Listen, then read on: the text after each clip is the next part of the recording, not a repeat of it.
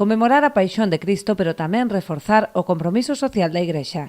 Estes son os obxectivos da parroquia de Santa Uxía nesta Semana Santa, que o seu cartel sintetiza a perfección. Esta imaxe que é conmovedora tamén, onde se ve ese clavo que está mergullándose nos pés de Xesús. E por outra banda, é dicir, ao outro lado da cruz, un pouquiño como así de fondo, vense imaxes das guerras de Ucrania, de Gaza, vese deportacións, vese o que fai relación un pouquiño a todo o que se está vivindo no mundo actual.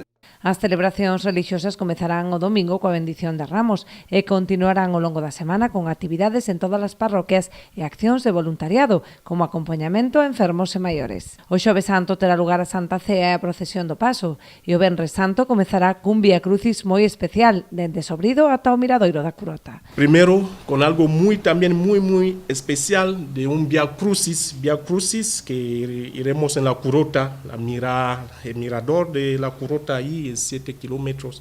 Ahí es para recordarnos el calvario que Jesús también vivió y que sufrió por nosotros. Y eso lo haremos a partir de las 10 de la mañana. A xornada rematará co desencravo e procesión do Santo Enterro, dando paso á Vixilia Pascual do sábado como peche das celebracións.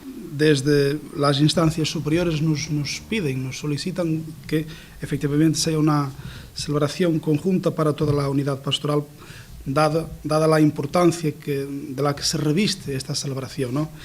Y como todos los años después remataríamos con una fiesta, una parte más, diríamos así, gastronómica, ¿no?